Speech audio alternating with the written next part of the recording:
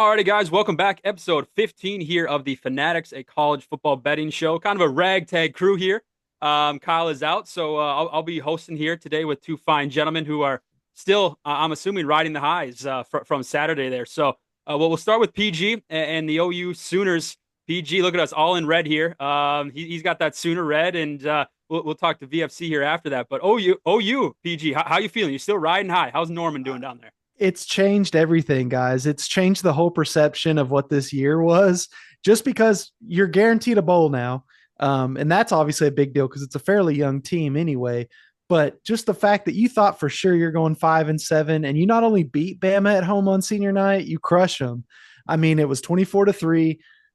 There was one, I think, that was a questionable call. Should have been a touchdown for Bama, but still they're down 2 touchdowns. We missed several opportunities early in that game. We dropped a touchdown, missed the chip shot field goal, and we still just we controlled the ball. Like the line of scrimmages were all OU, which is insane. I mean, if you'd have told me, I thought maybe by some miracle, maybe it's a walk-off touchdown, Sooner Magic kind of win. But instead, this was just a straight up butt whooping. And I did not expect that. I in fact took some pictures just of the score during the game because I was like, I don't want to forget that we were up 24-3 on Bama. And that ended up being the final score. This is how crazy it was. Oh, you got the ball back with 6 minutes and 55 seconds left in the fourth quarter.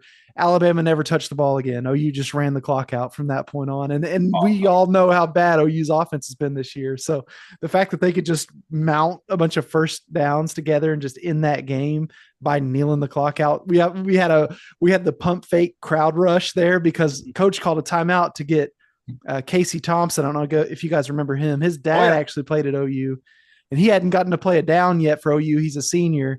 He's like a sixth year senior too. So they got him in for that one last kneel, but because of that, all the crowd was already on the field. They had to get off. They actually ran that last snap. One goalpost was at a 45-degree angle. The other they had already laid all the way down on the ground. And the refs were just like, yeah, whatever, just kneel it out. We got to get out of here because, they'd already cleared the students off. So insane win. I can't believe it. And it's really changed everything as far as the perception of this team. This week we go to LSU. I kind of feel confident. And that's crazy because we're probably going to lose. We'll probably see it come back down, but we're riding the high. That's a great way to put it. Yeah, for sure. You guys looked like the seventh team in the nation. Bama did not. You guys ran it Yes. 50 freaking times. That's insane. Yes. 50 With times success, man. And, with and, success. and Yeah, With a our 5.1 average too, 5.1 yes. yard average, which is crazy. Yes. Absolutely crazy. Jackson Arnold was sacked one time, Yeah. once. And if you've watched any OU games, one of their biggest weaknesses is how patchwork this offensive line has been. And even this week, it was kind of weird. Like they had a backup tackle in, and they had actually worked a true freshman guard in at one point in the game. But it didn't matter who was out there; the physicality was there, which was shocking, but pretty dang cool. It was quite the day. yeah, for sure. You guys picked off Milrow three times as well. Mm-hmm. So awesome Crazy. stuff. Awesome stuff out of OU and VFC. Von Fluke choked there. Ohio State. They go down early, and after that, it was Ohio State. Just throughout the whole game there. So just thoughts on that, VFC. Are you off the high here? Yeah, I mean, Indiana, we didn't know what they were. I still am not sure we know what they are, and we'll see what the playoff committee thinks here, hopefully pretty soon. But it's gonna be really telling. But yeah, I don't know. I mean, we always find a way to just go down early in these games. I mean, we were down 7-0 to Northwestern 2 weeks ago. It just always happens, and it's something that really needs to get cleaned up because if we go down 7-0 to an Oregon, even like a Miami, for example, a team that can really put up a bunch of points, it might be hard to come back from that. So yeah, it was fun. It was honestly really fun. I mean, anytime you could beat the number 5 team in the country by 23 points, really just a good time. I think it really got the guys going. Will Howard was all fired up. I think the people believe in him a lot more now. He seems to be like really winning over the fans. I think last year watching McCord kind of just barely win some of these games and do his thing and reading the comments on Instagram being like McCord needs to transfer, get him out of here, bench him, whatever. And then now we see this and they'll post a picture of Will Howard and everybody will be like, that's my quarterback, that's my quarterback. Love this guy. And it just goes a long way, I think. We lost our starting center earlier in the week. This is something PG was just talking about OU's offensive line being a bit ragtag, and it made me nervous, I'll be honest, because we had already lost our best offensive lineman and our left tackle earlier this year. Now we lose probably our second best offensive lineman in our center. He had been playing amazing this year. We shift some guys over, put some new guys in, and it worked. Will Howard didn't get sacked once. I think part of that is the fact that he can kind of move around a bit, but it just didn't feel like that much pressure. The run blocking was pretty solid. Yeah, I don't know. It just felt good. I feel much more confident than I did going into that game. Even at the end of the first quarter, I was like, oh man, well, are we about to get exposed for what we really are? So we'll see. Again, they've got some stuff they need to clean up. I don't think they played a perfect game. I think OSU got some bounces their way. I think they also had some not go their way, but at the same time, I just feel much more confident now going into this week, going into the Big Ten championship, and then going into the playoffs. Yeah, for sure. Penalties probably a concern for you guys. VFC, there's still 8 penalties there, but I'll tell you what, Caleb Downs, man, phenomenal player. He's so fun to watch. He's He is nuts. amazing, amazing. He's absolutely nuts. He's going to be an unbelievable pro. That was our first punt return for a touchdown since 2014. Wow. Pretty insane. But yeah, you're right about the penalties. I think the secondary looked largely good on Saturday, actually. I think Indiana's shown a lot of success through the air, and this is a secondary that has looked a little bit Swiss cheesy against Oregon, for example. Even against Northwestern, it felt like we struggled a little bit through the air, and they played much better. Granted, to your point about the penalties, Iggy just has to clean this up. He's the most penalized cornerback in the country, and when we get to these really good teams with really good coaches, just like Indiana, they're just going to start targeting him all game. So we got to figure that out. But a couple things to figure out, a couple things to clean up. I think they'll be ready to go. Yeah, I for just sure. thought the pass rush dominated that game. I mean, Mhm. once Rourke got hit a few times, he was like, "Whoa, this is a bigger deal than you could tell he just was way less comfortable. That first drive, they go 70 yards. I was like, "Oh Yep. no." They only had what is this 153 total yards, and we remember that garbage time drive that they had for like 60, 70 yards. And Yeah. I loved the way, I don't know why I got so irrationally upset with the way Indiana tried to end this game, where they were just like, please mercy rule us, don't score. Like, Yeah. it just didn't hit me right. And I just love the fact that Ryan Day was like, nah, we're going to score. I don't know if there's I don't think there's beef or anything. I don't know if it's just a thing where he's like trying to get the best seed he can. So he's trying to score as many points as he can at the end of the day. Cause there is a part of this that is impressing that committee. And we know they love their box scores. So I don't know if it was Yeah. just about, but It's I will true. take it because I was on Ohio State team total over. Yeah, So I that was love awesome. that. It was electric way to end that game. So That was shout out to awesome. And Ryan. and don't get me wrong, like I think Sig had said some things like Ohio State sucks, Michigan sucks, Purdue sucks. And we get it. He was doing it in a sense to get his fans fired up. But the thing that is really impressing me, PG, to your point about Ryan Day this year, is he has been incredibly cutthroat. He's leaving these starters in almost all game. He's trying to run up the score. Even when the backups are in, they're airing the ball out. It's not like they're just running it a few times and punting it away. It just seems like a pissed off Ryan Day. And I kind of like that. A Ryan Day that knows he was playing coaching for his job this year, really is Mhm. what it is.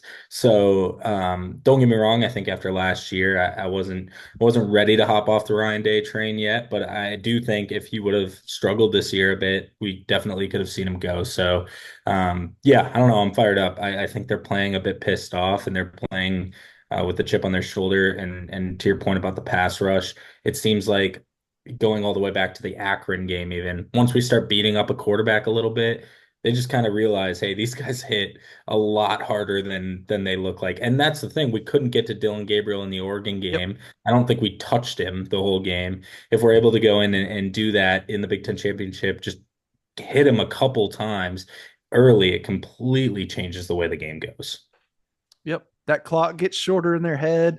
Oregon's so good though with the little quick throws that you've got Hmm. to try to put them in a situation where Dylan Gabriel has to sit in the pocket for a while, and he's so elusive anyway. But Yeah, you got to absolutely. just collapse that pocket on him, and that's what we saw from the front against Indiana. So we'll Yep. see if they can get Oregon in third and long, man. I don't hate their chances. Yeah, for sure. Yeah. Outside of those two games, guys, obviously a lot of chaos last week, of course. I'll touch on Boise State. Didn't look great, and they haven't really looked great the last couple weeks here. So a little nervous for them here moving on into the year. But, Genty still had, 19 carries, 169 and a touchdown. He did get hurt. Hey, a win is a win, right? You keep on moving, you stack wins, and you move on to the next week. So, yeah, I watched a Penn State Minnesota game too. And, man, James Franklin, I didn't know he had those big balls. That fake punt there on fourth down. If you don't get that 1 yard, Minnesota's probably going to win that game, and their chances of a playoff probably end right there on fourth down. So big balls by him. The Illinois win I thought was awesome. I don't know if you guys watched that. I saw Kyle was on Rutgers. That was a tough way to lose there. That final touchdown Yeah. there. So I thought Illinois was just going to get in field goal range after that Bryant kid caught it, and the dude just kept running for a touchdown. So that was kind of crazy there. But yeah, a lot of stuff. UMass running for 166 against Georgia in the first half, like. Beck looked a lot better. I dogged Beck last week. I have kind of all season, but he did look good. So anything else, guys? From last week that stood out. Old Miss too. All you had to do is Yeah. beat Florida, beat Mississippi State, and your spot is secure in the playoffs. And they couldn't beat Florida. So Florida right now and in the swamp, man. There's something weird about playing there this late in the season, even when they're not that good. But right now, Florida's got a crazy amount of momentum. That's what we were talking before the recording. I wonder if they don't just go in there. They play Florida State this week in Tallahassee, Florida. So I wouldn't be shocked if Florida just goes in there and rolls them. DJ Lagway, I want to just give myself some credit. I was on him early because in my college football 25 dynasty, my first head coaching job was Florida the year. So it would have been next year. So 2025 is when DJ Lagway was officially the starter, and we went right to the Natty with him. So I knew he was a special talent, and he's been really balling. And then we also didn't hit on Auburn upsetting Texas A&M yep, and what triple overtime or whatever it was. I thought once Auburn gave up that huge lead, they just pulled an Auburn, and Texas A&M was going to do the stupid thing they always do and just find a way to win at the end of the game, like that they didn't necessarily deserve to win. But shout out to War Eagle, man, found a way. And then obviously just all that chaos in the SEC. I don't know. I'm excited to see these rankings that are coming out soon as we're recording this, because like, who knows where they put all these 3-loss SEC teams now? Like, I don't know where you can even put them to like try and justify some of them getting in the playoff and stuff. We've got chaos on our hands, and it's so fun. yeah, it's awesome. I did feel bad for that Texas A&M kid too. He caught the ball and just drops it, in Yeah. the end zone. So yeah, tough there. Arizona State, obviously, that was a hectic game there too. I love their coach. I think he should get coach of the Yes. year. The youngest coach in the nation. So he's got a lot of fire, and Arizona State is playing really fun football right now. So that Scadaboo kid, he's a dog, dude. He's a dog. So VFC, anything from Week 12 that kind of stood out from you outside Ohio State? Yeah. No, I mean you kind of just touched on it. The Big 12 is absolute chaos now. We have no idea what's going to happen there. I think obviously at this point they're most likely only getting the winner, I would imagine. But I don't know, man. It's crazy. I feel like almost anybody could win that conference at this point. So we'll see. It's gonna be fun. The Colorado loss was a bit telling. It just kind of seemed like this was due. I've loved watching Colorado this year, but it just felt due at this point. And then last thing was just Notre Dame. I mean, I get it. The Northern Illinois loss was really bad, really, really bad. But since then, they've just been absolutely killing teams. Louisville, their closest game, but they're actually at the end of the day gonna have a decent little resume thanks to Army and Navy. And I think they're probably a shoe-in at this point for the playoffs. And we'll see. I mean, we got to see them against someone real, but at the same time, I think Notre Dame has looked pretty legit. So we'll see what they can do. Yeah, I grabbed a future on them too. I think I just put $20 on it or whatever. Just I don't know. They're running the ball really, really well. That Mhm. Love kid, he scored a rushing touchdown every single game this season. So, early this week I was looking at props for their next game there, and try and jump on that, but they weren't out yet. So yeah, I don't know. Notre Dame after that early loss, everyone seems to have forgotten about that. They look really good right now. So, Got a I really did. good coach, man. Yeah. That's a lot. A good coach and a somewhat veteran quarterback. Yep. I can Who's get you playing a lot one. better. Yeah, for sure. Riley Leonard there. So I did see an insane stat, just going back to Boise State and Genty. He leads the nation in rushing. Second is the UNC kid at Hampton. And if you take third place and look at Genty's yards after contact, he would be third in the nation for rushing. I just thought that was incredible. So I know he's not going to win the Heisman. Super He bummed about deserves. that, my He future. should. But He yeah, I should. just thought that was kind of crazy. So I'm That's still. like that reminds me of like the Wayne Gretzky stats, yeah, like where it's like if you take away his goals, he's still like second all time in points, or whatever it is, or I think he's first. I don't remember, but yeah, something crazy like that. So guys, the rankings, like we said, should be out shortly. But for sure, who is in your guys' mind? PG, we'll start with you. Who is for sure in the playoff here? so I've got the Big Ten champ for sure in. I've got the SEC champ for sure in, and that goes for Big 12 as well as I'm forget SEC.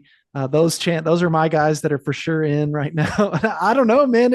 We've been talking about this. It's so crazy right now. Notre Dame, I think Penn State, barring just like a crazy, well, even with a crazy loss, they only have one loss, right? Penn State, or do they have two? They just have Yep, this one. one. Yep. So one to OSU. that's what's interesting. Yeah, is like there's some SEC teams that I think really are quality teams, but I know that their win-loss record, they've just got 3 losses, and I just don't know how you justify them being in.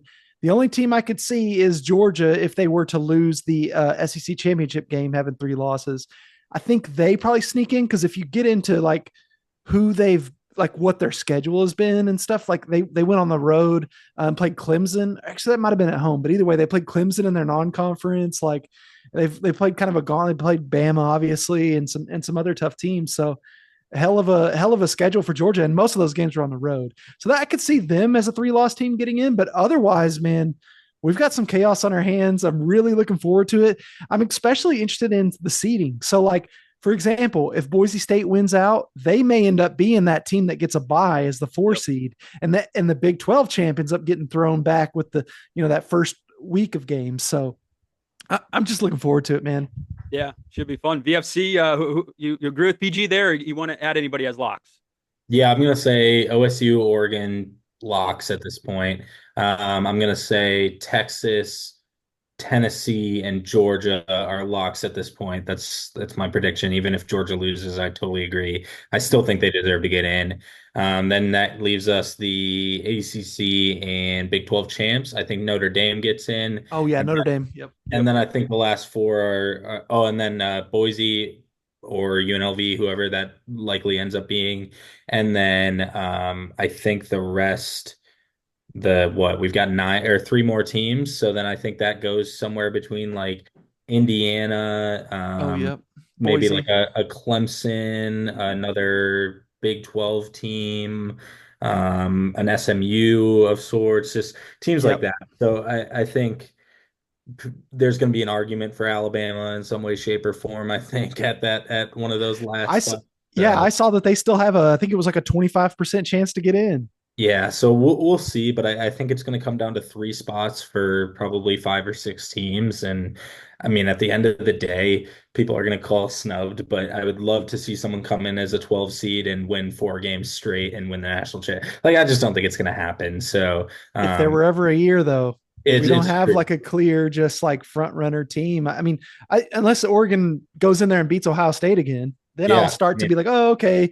Then they may have the class of the because I love Dan Lanning, but other than that, man, if there was ever a year for like some crazy stuff to happen, this is such a perfect year for the 12 team playoff to start.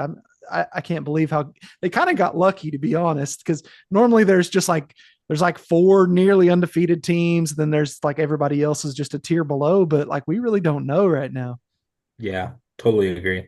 Yeah, for sure. VFC mentioned Texas there. I saw some people talking on Twitter, just, they haven't beat anybody. You lose to Georgia. But then you look at Old Miss. They lost to what? Kentucky. Texas beat Kentucky. Bama's lost. Vandy's OU. Texas beat those squads. And then, Tennessee lost to Arkansas. Texas beat them as well. So, again, you got to win games. You just got to stack wins. So And I think Texas is for sure in. Obviously, they got a tough game here totally this agree. week against A&M as well. So, yeah, should be weird. Should be chaos. I love it, like PG said. And these tiebreakers, man, keep me up late at night. Just dreaming of some of these scenarios. It's wild, man. So The ultimate chaos factor is if A&M can somehow win the SEC. So that would mean they have to beat Texas and then beat Georgia. If Yeah. they can get with 3-loss guaranteed team in, then you have Georgia at 3 losses, you have Texas at 2. Like, I don't know, man. It could throw a whole wrench into things. And you never know with Kyle Field. I think it's a little overrated, but it still is loud. And it's not easy to play on the road. So especially in a rivalry game. So I mean, we'll see, man. It's gonna be awesome. Big 12s. Who knows what happens with the Big 12? Like, Yeah, yeah. So yeah, Marcel Reed, dude, he's gonna be a problem. He's gonna be a problem. I think he's a big dog quarterback. too. Yeah, he's a It great took quarterback. them way too long to figure out that he was better than I Wegman. Yeah, I know. Yeah, it's far too long. Just crazy stuff. So all right, guys, I think the committee is kind of rolling here. So we'll kind of head to the games here and look ahead for this week and try and find some winners for everybody out there. Again, appreciate everybody for watching. Subscribe and like all that jazz. You guys know the drill here on YouTube. So guys, Thursday just obviously one game here. And Memphis, Tulane here. The American Tulane 7-0 in the conference. Memphis 5-2. Should be a good game. Tulane minus 14.5. I'm seeing here on the ESPN bet. VFC, any thoughts on this game? Not really. These are two teams I haven't watched a whole lot of, but Tulane, I think, is one of those teams that if a Boise were to trip up, for example, they're one of those teams that could take advantage of it. So I think they need to make a statement. They're likely going to go out and really battle with Memphis. I think they're probably going to try to hang 1 billion points on them. So PG, I know you guys played Memphis earlier in the year, or you guys played Tulane earlier in the year, so maybe you have a bit better of a read on it. But I guess with just my gut, I would lean Tulane, but that's a lot of points too. So It is, but I think, like you said, there is a small chance that they can make that playoff. So I wonder if this isn't a bit of a what they call a beauty pageant game where it's like, look how good Tulane is. So maybe Tulane's team total over could be a look. I don't know what that is in front of me. I know the total is only 56.5, so it can't be too crazy of a number. I think Tulane may try to run it up. Memphis, not the greatest defense, but an okay offense. So who knows? But I think Tulane's going to try to put on a show there. It's going to be senior night, I assume, in New Orleans. So the quarterback for Tulane, Mensa, and that offensive coordinator, I can't remember his last name, but that's kind of a hot target for OU's offensive coordinator and hopefully transfer quarterback for next year. So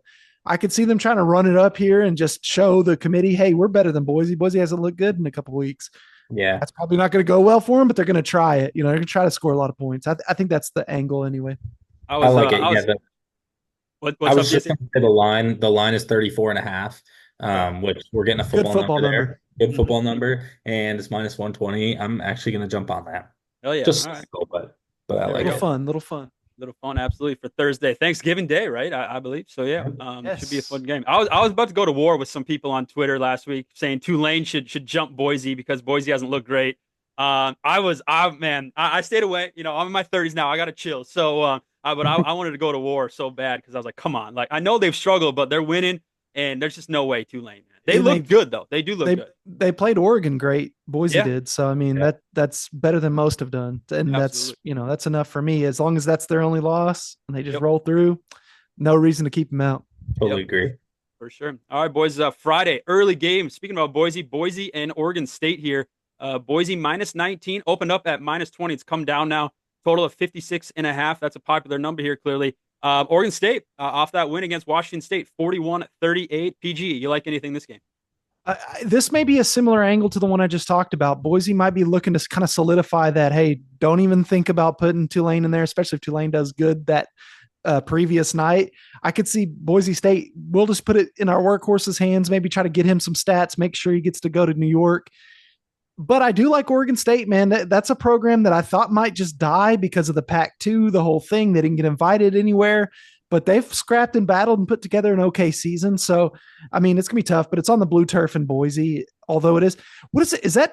Is that 10 a.m. local time, though, on Friday? Yeah, it's if early. It's 11 a.m. my Oh time. my gosh. That is, yeah, I believe they're Mountain Time and not West Coast. So, yeah, but 10 a.m. local, that's kind of crazy. It's going to be cold, I'm sure. So, we'll see what the Broncos can do. Maybe another team total over could be a good look. I don't know. That's a lot of points to cover, but Boise's due to kind of start playing like the team we think they are sooner or later. Maybe it's this game. Yeah, for sure. I agree. Like PG said, they're due. They're due to pop off here and win this game by 30 plus. So we'll see. Oregon State, riding that high after last week. I think my bet here is I'm going to stay away from the spread, but I'm going to take Oregon State first half. Just Boise State just hasn't looked great in the first half. Slow starts, things like that. How healthy is Genty? I'm assuming he'll get some rest here this week, so should be a fun, entertaining game. But I think Oregon State can hang around at least in that first half. So VFC, anything you like there? Yeah, I don't know. This is interesting to me. Or I think Oregon State kind of just had their Super Bowl. I'm pretty sure they were on the field for that. At the end of the game, I get it. They're 11-point underdogs. It's a big win. It's a Pac-2 title win. Big deal there. But I don't know. I think it's going to be a real sleepy game early in the morning over there. I would almost look at the under in this game. I think Boise's going to have to run the ball a lot. I think Oregon State's offense looks super inflated after playing an awful Washington State defense last week. So I would maybe look at the under. But that's about all I have here. Okay, sounds good. Another 11 o'clock game here. Oklahoma State looking for their first Big 12 win, taking on Colorado. How much fire do they have after last week's loss there? So again, fairly big number, 16 and a half. But OK State hasn't looked great either. Any of you guys on anything here? I am. I'm on Oklahoma State team total over 23 and a half in this game. I wanted the over straight up, but I think this is a fairly gettable number. I don't know what Colorado's going to have. Like, I think they will pop back and really show how good they are. The only reason I like Oklahoma State's points here is because this is their last game of the season. They obviously haven't won a Big 12 game. They're 0-8 in the Big 12. So this is their kind of final game, like for the seniors and everybody that's there. There's going to be a lot of eyeballs on this game as well. And that's always going to be something that fires up the guys, even if they've had a crappy season. It's like, hey, we get one game where some maybe NFL scouts watching this game because of Travis Hunter or whoever, someone try to pop off. And I just think Oklahoma State 23 and a half, they scored 50 something last weekend. So I think it's very doable, but at the same time, you're taking Alan Bowman and he hasn't been very good this year, but we'll see, man. We'll see. They can score, I think. BFC, anything here? I really like that. I'm probably gonna tail you on that PG, but yeah, this is another 10 a.m. game local time. It's just kind of ridiculous, but Oh, you're right. Didn't even catch that. yeah, but I just like Colorado, obviously, they cannot mess this up. They absolutely cannot. This this feels like one that PG maybe you should stuff in your 10 team parlays is Yeah. Colorado money Yeah. line here. So yeah, I like what you said about the Oklahoma State team total over, but I think Colorado probably runs away with this one. All right, I love it. I love it. Minnesota, Wisconsin here, guys. Wisconsin -2. Another 11 o'clock game here. CBS total of 42 and a half. VFC. You like the Badgers or you like the Gophers here? What do you like? Yeah, I know I'm gonna get some crap for this one, but I love Wisconsin in this game. I Okay. really do. I think Minnesota just had their absolute Super Bowl. Not that they can't play in this weather, but it's gonna be cold at Camp Randall. It's potentially gonna be snowing. These fans at Wisconsin, I think they've made a bowl game 22 years in a row now, and Wow. this is a must win to keep going. I think they're behind Oklahoma and Georgia as the only two teams with a longer streak. So this is a must win for Wisconsin, really. They lost to Nebraska. They lost to Iowa. This is their last rivalry game of the year. It's as must win as must win gets for Wisconsin to make a bowl game. I think their fans are crazy. They're going to be at Camp Randall. It's going to be like 25 degrees, and I think they're all coming back for Thanksgiving break to come watch this game because it's massive. The Axe is a massive deal here. And Pace, I know you know it being semi close to it up there, but it's a really big deal to these guys. And it seems like the home team always wins this game. So I love Wisconsin in this game. All right, sounds good. PG, what do you like here? Yeah, I'm on Wisconsin too for a lot of the same reasons. I think at some point they've got to have like a bounce back moment. Hey guys, if we're going to have a bowl and this is going to be a team and we've got this culture of going to bowls, like you said, third in the nation, just one behind OU. And I think that's like two behind Georgia. So that's pretty impressive as far as culture goes. And I think it's just so big for the culture. Minnesota, not bad. I mean, obviously, a very solid team, close, but I'm just on Wisconsin money line here. -130 is what I think I got it at. So if you just want to take -2, I respect that too, but I didn't want to get anything. I could see this being a very close game, but Wisconsin's due to bounce back at some point. And like VFC said, I mean, Wisconsin at home, that's just a slight enough edge for me to take Wisconsin here. Minnesota lost two in a row. Wisconsin on a 4-game losing streak. So someone's going to snap a losing streak here. I kind of like Wisconsin's team total over 22 and a half. I think I'm going to jump on that. So I'm going to take that, put up some points, must win game like VFC. You got to have this game here. So Should be fun. Should be an entertaining game. 24 degrees. Woo, that's chilly. All right, guys. The Egg Bowl, Mississippi State, Ole Miss. Again, Ole Miss really shot themselves in the foot last week, but minus 26 here. Does Mississippi State get the first SEC win there, PG? No, no, they don't. But I definitely don't think I would be on Ole Miss minus 26. VFC alluded to it earlier. I like to put together these big, like 10 team money line parlays where it's just like this team can't lose kind of thing. I don't think Ole Miss could lose this game. I just don't think Mississippi State's good enough. But you might, if you just want to have some fun, you might sprinkle this over 61 and a half. The Egg Bowl a lot of times produces a lot of points. I don't know what the weather's going to be like is the only thing. Sometimes it can get not necessarily cold, but just crappy weather, rainy, windy kind of weather there this time of year. So you might just keep an eye on that. Probably be fine, but I love the Egg Bowl, man. There's something special about the Egg Bowl. We all remember when DK Metcalf did the like pissing like a dog thing in the end zone, and they wound up losing that game because of the personal foul. It's just so chaotic. Obviously, it doesn't really ever have big national sort of draw, but it does have just that chaos college football factor to it. So, I wouldn't be surprised if Mississippi State covered here, but I do think there's a lot of points scored. Yeah, I agree with you. I kind of like Ole Miss team total over. You just kind of think, after last week they Yeah. come out and just throw the rock around. So yeah, we'll kind of see. Mississippi State has given up 39, 33, 20, 58 to Arkansas and 34 to A&M. So that might not be a bad look there. Going to be chilly, like PG said, 47 degrees. Looks like sun. But again, that is fairly chilly down there in Oxford. So VFC, anything here? Like the total spread? What do you like here? I like this over as well. This Mississippi State team can actually score points. They're not good at all. They're really actually very bad. But unlike Purdue, for example, they can actually score points and they make things fun. I mean, they scored 31 against Georgia. I know that was the look ahead game for Georgia, but still 31, 24 against A&M, even 13 against Texas. Like I just feel like they're going to be able to go out and score at least a little bit and just give me 24 points from Mississippi State, and I think we get this. So even 20, I think we get this. So give me the over. I love it. All right, sounds good. Nebraska, Iowa, also Friday here, 6:30 p.m. on NBC. Iowa minus 6, over under 39 and a half, 20 degrees. Now, Kyle, our awesome host, is he going to be at this game? Did I hear? Is that correct? Yes. Yes. Okay, so he's going to have boots on the ground here. Iowa minus 6. I like the number there.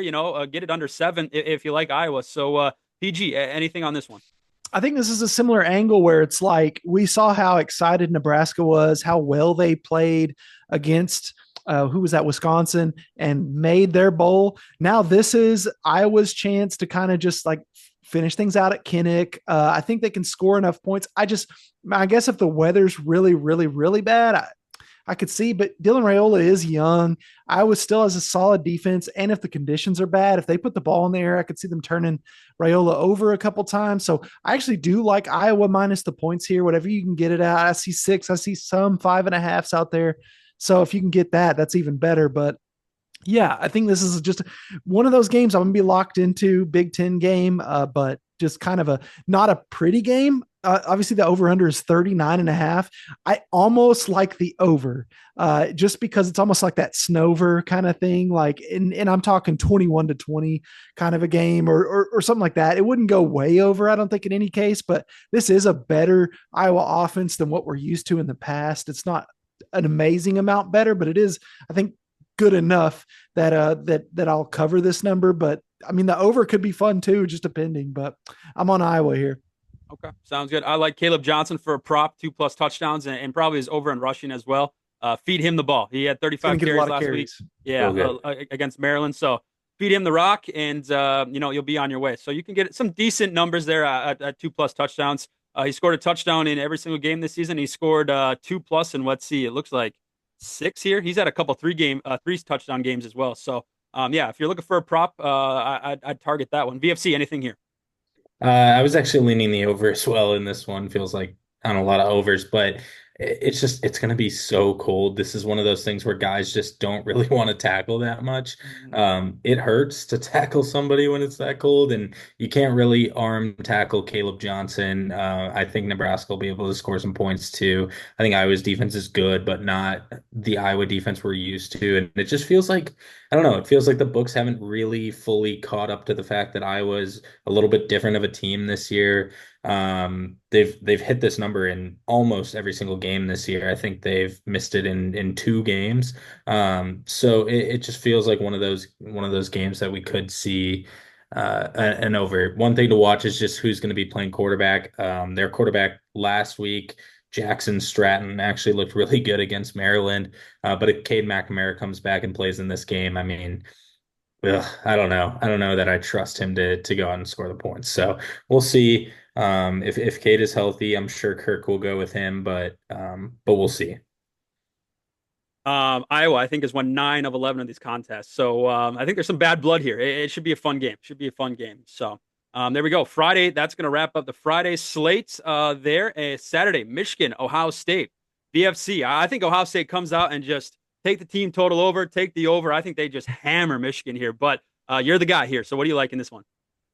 Yeah, I mean, bias. I like Ohio State. It's just I agree with you. It does feel like we could put up a lot of points, but also the style of play that OSU has been playing this year, running the ball a lot, that Chip Kelly offense, just doesn't feel like something I'm super excited about putting my money on. But as far as the spread goes, um, we talked about Ryan Day being really pissed off, and I think Michigan is the ultimate just the ultimate pinnacle of a sports rivalry is Ohio State Michigan. Ohio State hates Michigan. Michigan hates Ohio State. I'm sure there will be fights in this game. Man, I think Ohio State's going to come out really mad from the past 3 years. We're going to see stats all week that say Ohio State hasn't beaten Michigan in 1,500 days. Well, in reality, it's because Michigan chickened out of the 2020 game saying they had COVID when really they were just an awful team. I really think Ohio State could have beat Michigan last year. I think they could have beat them potentially the year before that, but Michigan has just looked really good. And now they're weak. It's like I was putting it this way. It's like you have an older brother or a younger brother who is just beating the crap out of you all the time. It's just what they do. They just beat you up all the time. And they finally broke their leg. And for like the past 3 years of your life, they've been beating you up. And now you have the chance to just wail on them. So I think Ryan Day is going to come out, try to score 1 billion points. They're all pissed off. I don't know. It's a massive, massive spread. But I'll probably take Ohio State just for fun. Absolutely. All right, little break in the action here. PG, let us know what the rankings are, the college football playoff rankings. So we'll get your guys' live reaction. I'll just start at 25 and go down quick to the top 12. But 25, we got Colorado, Kansas State, Illinois sneaks in, UNLV at 22, Missouri. I mean, still somehow in the rankings at 21. Texas Crazy. A&M at 20, a little bit of a drop off there after losing to Auburn. BYU 19, 18 Iowa State, Tulane at 17, Arizona State who I thought would be maybe a little higher. They're at 16. South Carolina at 15. Ole Miss 14. 13. Alabama 12. Clemson 11. Boise State 10. Indiana 9. SMU 8. Tennessee 7. Georgia 6. Miami and the top 5 Notre Dame, Penn State, Texas, Ohio State, and of course the Ducks out there from Oregon. So, gentlemen, thoughts on that? We'll start with PG there. Yeah, the first thing that jumped out to me when you were reading that is we got Alabama, Ole Miss, and South Carolina just hanging on to that. They're right outside the line. If anybody slips up, they're ready to jump them. I appreciate the SMU respect. I Yep. think they've been really good. I don't think the ACC is very good, but you have to respect their record and what they've done. They've just kind of killed a lot of teams. Again, another one of those teams that took way too long to figure out who their best quarterback was. But now that they have, I mean, they look pretty dang fun. I don't know how top end good they are, but their playoff game will be fun, I think. And they should be in. I don't know exactly what the ACC tiebreakers are, but I think they should be in. Other than that, I think it was all about what I expected. Nothing too surprising. What do you think? Yeah, VFC, what do you think there? Yeah, I think the respect for the ACC actually surprises me a good amount. So SMU has already clinched their spot in the title game. Miami has to go on the road and beat Syracuse to get that spot. What's interesting to me is Clemson plays South Carolina this week. I think it's at South Carolina. Is that right? It's at Clemson. Okay, it's at Clemson. Either Yep. way, It's a if Saturday they game. if they go and win that game, they will have a win over a top 15 team now. We'll see Miami and SMU play, and then it's like most likely if Miami goes and beats Syracuse. So does Clemson still get in without even playing in the ACC title game? Right now they're above Bama. if they win, they'll get another real quality win. They'll probably get that jump. They'll or be ahead of Ole Miss, be ahead of some of these other teams. So I think we could really see Clemson jump in with a win over South Carolina. Yeah, that could be a pseudo playoff game right there. Because Yeah. if the other side is if South Carolina wins on the road at Mhm. Clemson as slight underdogs, not big underdogs, but win on the road at Clemson, I could see them sneaking in too, and they'd be a fun team in the playoff. Just a dominant defensive line, especially their ends, and uh, would be chaos. So that game's going Absolutely. to be a big one to watch Saturday morning. You definitely Huge. got to have that in your matrix Yeah, for Yep. sure. those two games, Cuse Miami and then South Carolina Clemson are huge, huge games. So I'm holding the Clemson to win it all at plus 4,000. It dropped down earlier. Let's see, this month to like plus 1,200. So I was like, hell yeah, this is awesome. Then it jumped to plus 5,000. I think that's what it's currently at. So I'm all over Clemson here. But to South Carolina, a dangerous, dangerous team there. So that game's at 11 a.m. there on Saturday. Clemson, like PG said, short favorite, minus 2.5 there. But Yeah. yeah, I don't know. Interesting. Like VFC, I'm glad that SMU got in. I like to see the Mhm. the ACC get some love there. Yep. Yeah, Yeah. you could you. Sorry, go ahead, VFC. I was just going to say one last thing is obviously Indiana's still getting a bit of respect. Yep. Number 10. At this point, I think so. We'll get the only team that would jump in at this point that's outside of 12 is the Big 12 champ, and we would Yeah, likely see an SMU or a Miami fall out. So yeah. Indiana looking pretty firm. I mean, man, they might get a playoff game at this point. They're going to go out and beat Purdue by 75 this week, and I think they're in at this point, sitting there at They 10. they should be. I'm just interested to see at this point if they can do enough to impress them enough to get them a home playoff game, or if it's going to be on the road, because I do think that makes a pretty big difference. Oh, Who huge. knows what a playoff crowd is going to be like on the road? It's going to be so cool, man. It's gonna be awesome. I mean, I'm fired you up. you can't leave out Indiana, right? I mean, you just can't. No, With one not at this. I loss, don't. like come on, especially Ohio State. Yeah, not at this point. No. I don't So think so. yeah, SMU only loss I think was to BYU. I think as well. So Yeah, it was like kind of like a miracle too. It was during BYU's kind of miracle part of the season where they were just pulling off improbable victories. I'm pretty sure, and it was before SMU had picked out their quarterback. They were okay. playing the kid from last year was a white kid, and I can't think of his name, but he's just Stone, Yep. Preston Stone, and his dad must be a donor or something because the fact that he was still getting snaps that long when his sub would come in, the quarterback they have now just clearly better, and he hung on for weeks and weeks, but finally they picked out the right quarterback there, and it's worked out for SMU. So I Yeah. guess my question is then around the ACC, do you guys think the loser of say Miami beats Syracuse, do you think the loser of Miami and SMU is still in? So if it's SMU that loses, I think they're out. But if Miami loses, I could see them keeping Miami in because they're at least like a big brand, entertaining. They've got a good offense. Like I could see the committee kind of like making it work to where Miami, they probably get one of the last seeds, obviously, but I could see them making it work where Miami just kind of squirms their way in because they're fun to watch. They play every game on the edge. Every game is like even their last game, which they ended up winning pretty well. I know they were down early, or at least it was close.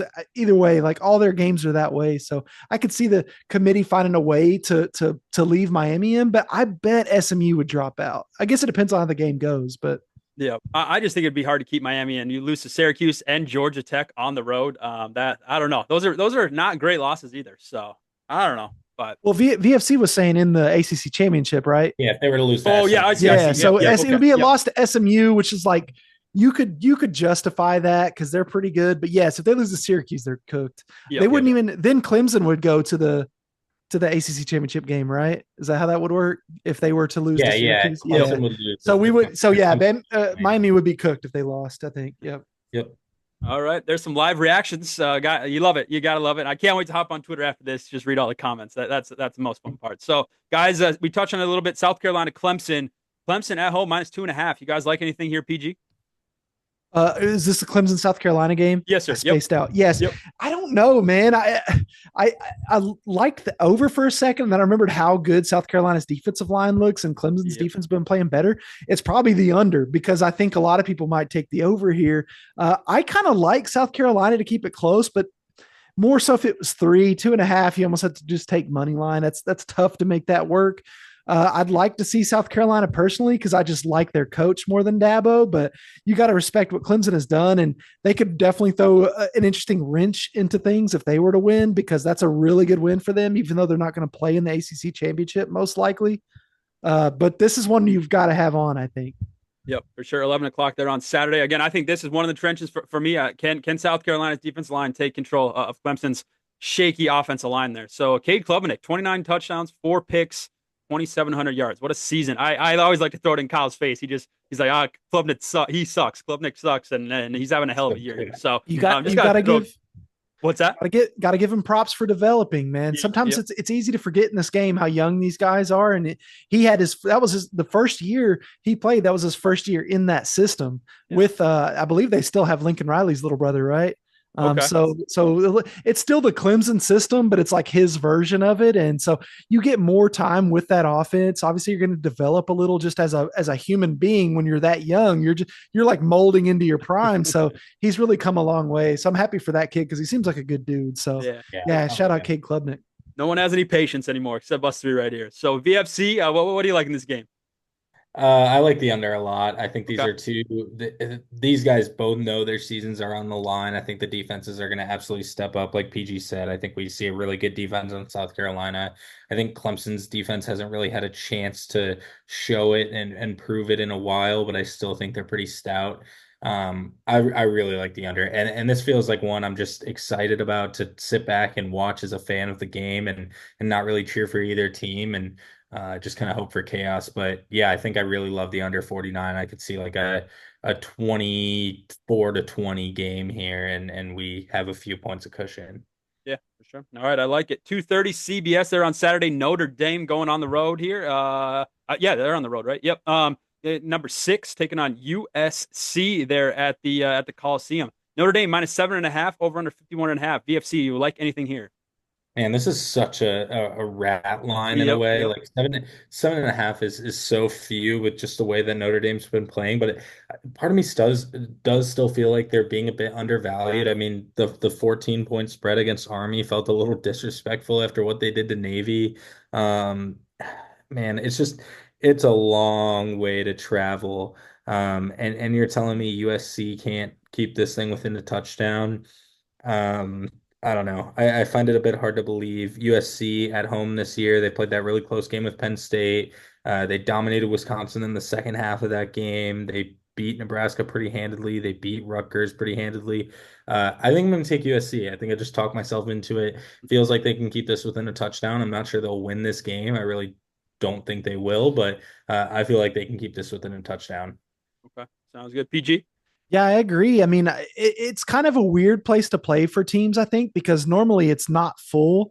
But with Notre Dame coming to town, it definitely will be. There'll be a lot of blue in the stands, obviously traveling down. This is a low key rivalry. It's kind of easy to forget because I don't remember there really ever being like big fights or anything like that, but it's traditionally a rivalry. Um, I had to lean, I would say USC as well, just because it looks like Notre Dame is just rolling everybody. They're going to go in there and roll USC too.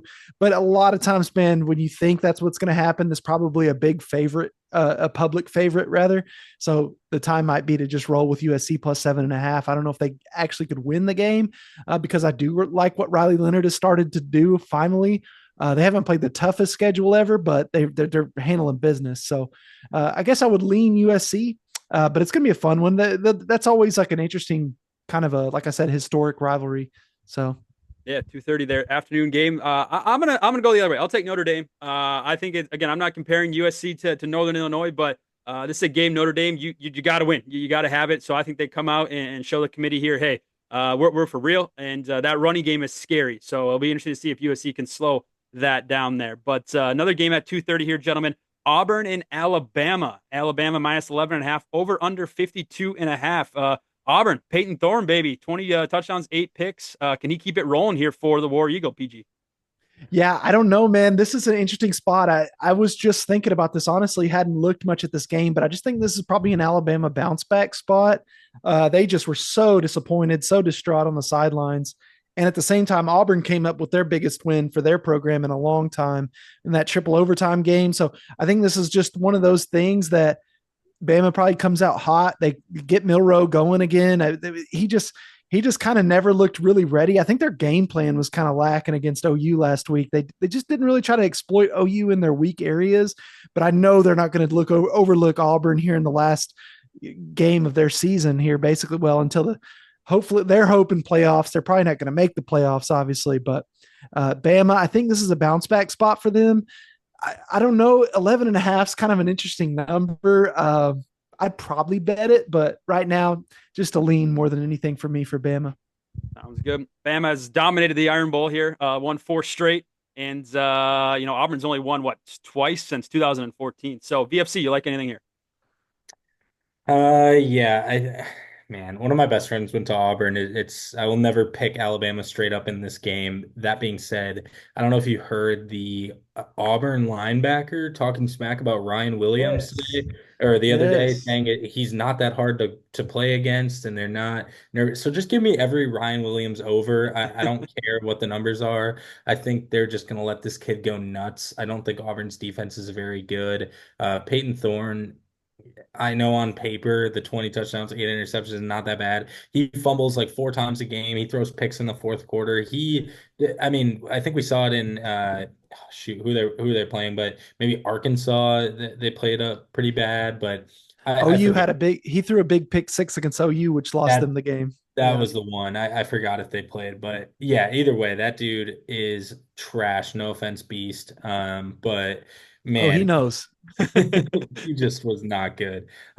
So anyway, I think Auburn's got a lot to figure out. I think they got some big recruits coming in. I still think he was the guy. They just got to figure this out at quarterback. Their receiver room is about to be loaded. So I'm excited for Auburn, the future of Auburn, but just give me every Ryan Williams over in this game and I'll let it go to rest. Yeah, I like The Yeah, I like that. The Bama or sorry, the Auburn guy said that he's not losing to Bama while he's there. that. Ooh. That's quite the statement. So I think I will throw Alabama money line in my big old parlay. So just so everyone's on that. Yeah, absolutely. I lean Bama here too. I don't even think Hugh Freeze really trusts Peyton Thorne still yet, so I can't trust him either. Put my money on him, so I lean Bama in this one. Arizona State here, VFC in Arizona, 2:30 on Fox. ASU on the road, obviously in state rival here, but -8.5 over under 53.5. You like anything here? No, I've said it a lot, but I haven't watched a ton of the Big 12 this year. I'll probably just end up staying away from this one, but I don't know. Arizona, I don't think is good enough to come away with an upset in this game. It feels like Arizona State's just been riding high, and I feel like that coach will have them ready to go. So I'll probably stay away from this one, but no leans, All really. right, PG back in the chair here. Arizona State, Arizona. You like anything here? 8.5, 53.5 is the total. I honestly haven't watched that much Arizona this year. I like what Arizona State's doing. We kind of talked about Kenny Dillingham and that team earlier, but there's something weird about Arizona this year. I thought they were going to be pretty good. They beat OU. They had in the bowl game last year, they had a ton of momentum, and I was looking forward to seeing what they would do. And they just kind of they lost a couple games early and then they just kind of quit playing. Who knows if this is kind of their big last. I need to click on this game, so I may lag here for a second. Are they bowl eligible? Because No, They're no. 4-7. yeah, so this is their last game of the year here for them. So you could see them pulling out all the stops, pulling out the trick plays. This could be an over 53 and a half, not a huge number. It could be an overplay for just for the vibes. I could see Arizona throwing some crazy stuff. And Arizona actually has a very fast turf. They're up there on my power rankings for sure. Kind of underrated Good to there in know. Tucson. Yep. Maybe I will take the over then. There you go. It's a fast turf. Faster. Yeah, absolutely. I like Arizona in this. This is my upset of the week. I think they take down Arizona State. I just think Arizona obviously underperformed, but they got some talent on this roster. So they're going to be up for this game. I know sitting here at 4-7, you can't make a bowl game, but if you can knock off a rival, you do it. And I think Arizona can do that. So I'm going to take Arizona State, and I'll sprinkle that little money line there for my upset of the week. So there we go. Heck yeah. Gentlemen, Saturday, what else we got here? Anything late that kind of pops off at you guys? Purdue, Indiana, Indiana -28.5. I think this could be a 35+ point win for Indiana. Do you guys like anything here? Indiana's going to run it up, man. Yep. Same reason we were just talking about. This is a beauty pageant game at home there as well. Lots of trick plays. I think the Indiana team total over is probably a play, maybe even 28.5. It could be a good teaser part. they're going to just sadly Purdue's just not very good, and Indiana's going to try to run it up just to solidify. They should be, as we just talked about, should be fine for the playoff. But this is their chance to try and steal a home game, which would be pretty cool. Bloomington having a home game there in the playoff would be pretty funny. Absolutely. I did see Purdue is going to bring back Ryan Walters as well. I know he's a favorite to be fired, but they are going to bring him Yes. back, which I thought was interesting. But VFC, anything here? Can Purdue hang around or no? No, absolutely not. Indiana, I would potentially call this my lock of the week. I mean, I just think this is like the crown jewel of their great season. When Sig got there at the beginning of the year at that pep rally, he didn't lead with talking about Ohio State sucks or Michigan sucks. He led with talking about Purdue sucks because this is a massive rivalry, as weird as it sounds. And this is Indiana's chance. You know, we talked about OSU and Michigan earlier, where it's maybe Purdue and Indiana have been going back and forth for however many years now. I guess I don't know the history of the past 5 or so years, but this is Indiana's chance to really lay it on their brother here, and I feel like they're going to do that. They might score 70 in this game, and I'm not even kidding. Like, I'm not exaggerating. I think the total, yeah, their team total is 41 and a half. I think I love it. I think I absolutely adore it, and I'm not sure Purdue's going to score any points either. So, yeah, I love Indiana in this game. Yeah, and Purdue has won 5 out of the last 6 in this rivalry, going up for the Old Wow. Oaken Bucket, it's called. So, That's yeah, crazy. So yeah, Five of the last six. even more of the reason for Indiana to pour it on them, man. It's just they're trying to get that sour taste out of fans' mouths, and Sig is here to let them know that the culture's changing around here if he's going to stick around. So yeah, I think Indiana by a billion. Indiana's going to be in my money line parlay as well. Yeah, There's hell just yeah. no way they lose this. Yeah, no minus way. 10,000. That'll be a great little Hey upset. man, it It helps the helps. math. I don't Yeah. know. It It does. just ticks it I up just agree. enough. Oh, that's good. 6 p.m. here, gentlemen. We'll go to PG here. OU and LSU at Tiger Stadium Yes. there. LSU -6, 53 degree weather, and going to be late, not late game, but night game, 47 and a half. What do you like here, PG? I don't know, man. I'm just looking at kind of some of the betting lines, and a lot of people this line has gone towards LSU. Kind of from opening, it was like 4.5, I want to say, and now it's already at 6. It's just such an emotional win last weekend for Oklahoma. Obviously, kind of LSU under the radar, barely beat Vanderbilt there at home last week. So, like, I don't know, the vibes around Brian Kelly aren't great, but OU, this is a different matchup than Bama was because I think OU last week prepared to face the run a lot. They were kind of ready for that. This week is going to be a lot of just like kind of almost not air raid style, but a lot of intermediate passing, crossers and stuff. And that's kind of where you can get OU, not the long dropbacks, but kind of that quicker pass, but down the field. So LSU got two great receivers as well.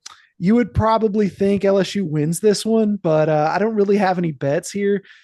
If this number gets up to 7, I guess I would lean just kind of playing OU +7 just because it's a good number. And we know OU's a little better than their record might indicate based on last weekend. If they can play anything like that again, especially their defense. So we'll see, man. 47 and a half tells you that it's a little bit lower total. So they think this is going to be a bit of a grind. So getting a full touchdown would be nice, but right now, don't got much. Sounds good. BFC, you like anything here? Yeah, I would maybe lean LSU as well. Just feels like that kind of letdown spot, but I also don't really think LSU has anything to play for. It's a Death Valley night game, but at the same time, I'm not sure that anybody really cares at this point over there. So I think it'll probably be kind of exactly what PG was just describing. I think I like LSU by like a touchdown, but I don't I don't have the guts to put anything on it. All right, sounds good. A couple more games here, gentlemen. 6:30, Texas, number 3, Texas A&M. Should be fun. Kyle Field there, College Station, Texas -5.5. It's coming down. I think I did see -6, -6.5 earlier this week. So a total at 48.5. Texas defense, obviously very legit. Defense wins championships in my mind. But PG, you like anything here? I think it's going over this number, guys. I don't know on a side. A&M, we just watched them lose, so it's a bit of a bounce back spot for them. But Texas, at the same time, you could argue they really haven't been that tested. In fact, they played Georgia. That was their loss, and Georgia was like just dominantly the best team. We also had some Quinn Ewers injury news, but Yep. even if he's not 100%, if it's Manning that comes in, I still feel okay. 48 and a half is not a very high number. I know they're counting on that being a rivalry game and it maybe being a little tougher, but both these teams are decent at explosive plays. A lot of A&M's is going to be with Marcel Reed's legs, but he can do it with his arms. And then Sarkisian's going to scheme up some stuff for Texas to have guys running wide open. College Field, a very slow turf actually, but especially on the road for Texas there. But explosive plays is what we're looking for. I think I could lean on an over here, 48 and a half. 49 is a pretty good football number. So Yep. I love it. It looks like Quinn Ewers won't be 100% dealing with that ankle injury here, but expected to, start and play in this one. So I like Texas. This is my lock. Give me Texas here. I think they dominate this football game, silence some of the scheduling haters, and I think they kind of control it in this one. So I'm going to take Texas here. VFC, what you like? I like Texas too. I think A&M definitely was looking ahead to Texas this week. Don't get me wrong, but don't forget the quote of yeah. their head coach saying, we're not overlooking Texas. I mean Auburn." Whoops. Yeah. God, that was awesome. That was awesome. Yeah, but I still feel like they poured a lot of energy into that Auburn game. I mean, 4 overtimes is really no joke. That's a lot of emotion to turn around and play a week later. Come home at least they're at home, but I just think I don't know. I just think Texas is going to go out and probably dominate this game as well. I'm right there with you, Pace. All right. I like it. Yeah, I looked at the first half under too. Just because, A&M, staying up real late. I know you obviously get some time off here, but Texas, that solid defense. I don't hate that first half under either. So could take a little bit of time for A&M to kind of find their footing here. So Yeah, I could see them kind of doing a feeling out thing. They go yep, like run, short pass. They just try to like kind of get a feel. Like they're not going to put together that first explosive drive. Like you see some teams do a big scripted drive. yep. Texas will probably do that. A&M's probably just going to see what the physicality level is, try to get a feel for how they're going to play stuff. Yeah, big filling out half potentially in that first half. Right on. 6:30, Fox 24 ranks Kansas State taking on Iowa State here. Again, another big game in the Big 12. Iowa State at home, -2.5, 51.5. I think Iowa State's won 4 of the last 6 here, but PG, you like anything here? Is this the rivalry they call Farmageddon? Is that right? Farmageddon. It is. Farmageddon. I think Okay. so. So yeah, Kansas State, Iowa State, both ag schools there in their states. I think that's right. Let me Yep, not that is say correct. that, but Yep. something like that. Anyway, I don't know because I'm a little bummed on Kansas State. I thought they were going to be a little better than they are. Iowa State's just lack consistency for me. So this is an interesting line here. Probably one you've got to have on your 6:30 window. It's not going to be your primary game because Texas A&M's going on. Even Washington and Oregon's kind of interesting for a rivalry game. So a lot of good rivalry games there in that 6:30 slot. I'm pretty excited. I don't have any big leans. Iowa State just 2.5 point favorites. I guess that's the way I would lean, just because it seems like the way K-State's season has gone. When you think they're set up to win a game like this, they just find a way to lose kind of by a few. So maybe I lean Iowa State, but nothing major here. Okay, sounds good. Yeah, Iowa State dominated against Utah. Probably should have lost that game last week. So that was a crazy game here. And the Kansas State 3 weeks ago lost to Houston. Gotta love that. VFC, you like anything here?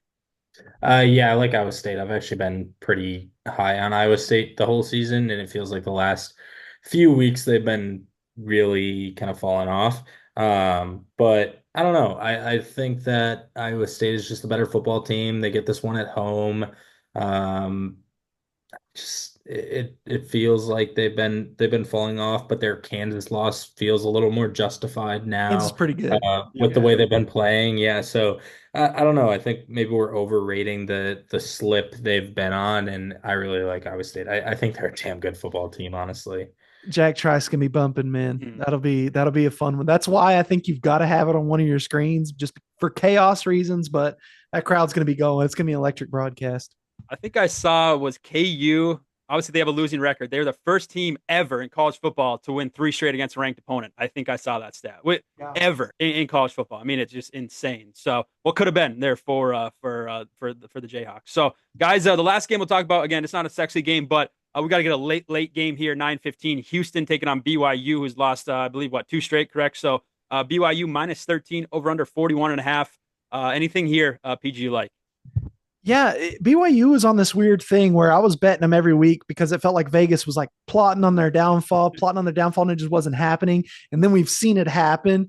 So I expected this line to actually be a little closer, which is why, if anything, I would lean BYU. First of all, that home crowd, especially this late at night, is going to be crazy. I think Houston had that uptick, but I think now they're kind of evening back out. Kind of the film is out on them a little bit. So I guess I would lean BYU just because that home crowd can really be something there.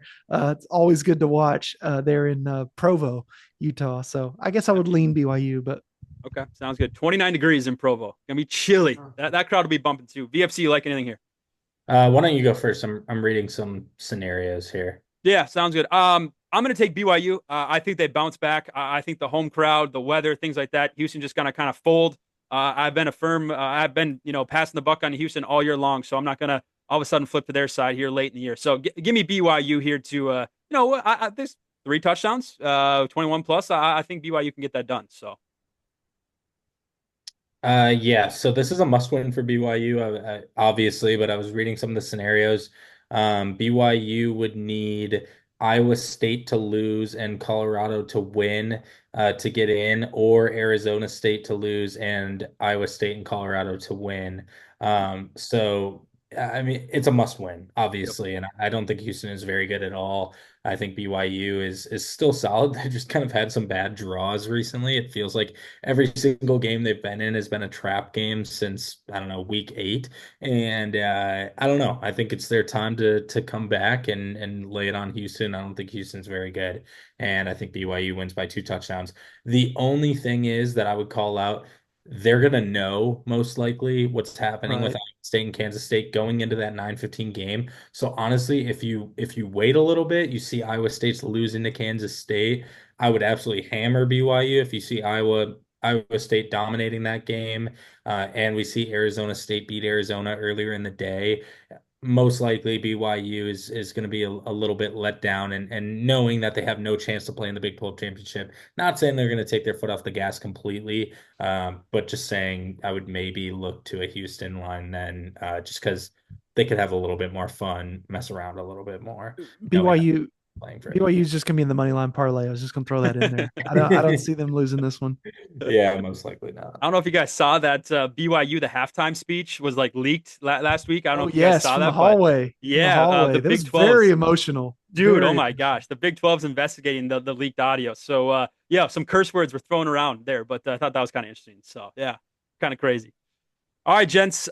Great show. Just to wrap it up, PG, we'll start with you with the locks. What's your lock for yes. this week here? Locking up.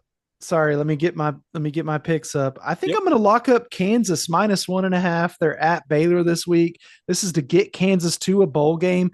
Baylor's been playing great, like kind of sneakily, but you look at the teams Baylor's beating, it's the bottom of the Big 12.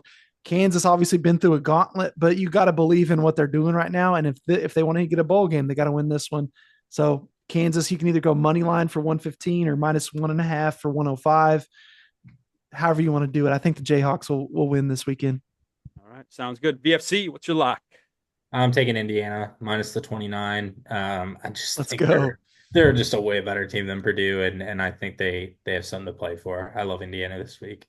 All right, sounds good. I love Texas. That's a lock. I also am going to lock in North Carolina. Mac Brown's final game there for the Tar Heels, Yes. playing NC State at home there, -3.5. I like that as well. So maybe a lock parlay coming from Texas and UNC. PG, we'll start with you. You're underdog, dude. You have an underdog this week. So does this has to be by 7 or more, That is correct? correct. Yep, yep. So I don't actually have one, but I'm about to get one. So go to Okay, VFC. Yep, yep. Yeah, I'm really excited about the opportunity to play this team. It's a team that I've played before and have won on this year, and I'm excited to do it again. We're taking Vandy. I don't love a lot of these lines this week. I mean, the only other one I was maybe looking at was like a USC. But honestly, I have more faith in Vandy beating Tennessee than I do in USC beating Notre Dame. It's going to be really cold in Nashville, I think, and I think Vandy's offense is dang near just as good as Tennessee's. And I think Tennessee's defense is really good, but Vandy's offense is pretty good. So I don't know. I just think Vandy is going to be fired up for this game. They've been fired up for games all year. They haven't given up. They don't really bow down to teams and just roll over. I think we're looking at a really close game in Nashville, and Vandy could win this thing and cause some chaos in the playoffs. So we'll see. All right. I love it. VFC. Or no, sorry, PG. Yeah, You I've got respected mine me. now. So I'm All right. ready. So this is an interesting one. I'm so glad I landed on it because I think it's a great spot. So this is Louisiana Monroe at home in a rivalry game against University of Louisiana, the Raging Cajuns. We're going UL Monroe money line. It's a plus 290. They're 9.5 point favorites or underdogs rather. But this is at home for Monroe. Monroe is 5-6. So if they win this game, they get to go to a bowl. And that's a big deal. Louisiana's already made their bowl. They're a pretty dang good team. They do probably have some tiebreakers to play for their conference championship game. But I think this is a decent enough spot for UL Monroe here. And I'm just looking at the betting slips. 33% of the bets on UL Monroe, but 80% of the money is on UL Monroe, but that is on the spread plus 9.5. But that just goes to show that people think that UL Monroe can hang around in this game. And if they can, they're at home. Who knows, man? It's Saturday morning, 11 a.m. They're in Monroe, Louisiana. So give me the Warhawks. I love it. In the Weeds by PG. I love that play. There we go. And I said earlier, I'm going to take Arizona over Arizona State to retain. I think it's called the Territorial Cup for the third straight year. So Arizona to play a little spoiler on the Sun Devils. I'm going to take them outright and obviously sprinkle a little money line there. So, all right, guys. Anything else you want to touch on before we head on out? I do love the Miami Cuse over as well. That's a play I love. So, I like it. Yeah, real quick, I just want to say if you parlay all three of those upsets, $10 would win you $626.19. all right. We have done this a few times this year. I think that we've had all the upsets or close to all the upsets on the show hit. Yeah, we're actually not too bad. So I love Be it. pretty cool. That could get us all back in the college football betting contest there. Get us all back there. All right, gentlemen. PG, anything else you want to add before we head out? Man, no, it's going to be a great weekend of football. Starting, we've got that Thursday game on the day of Thanksgiving, but then really Friday there's a big slate and Saturday there's a big slate. So it's really spread out. There's a lot of good games because of all the rivalries that are lining up this weekend. So enjoy it. It's gonna be a blast. Right on. All right, guys. Happy Thanksgiving. Let's pray for more chaos, and we'll see everybody next week. Peace.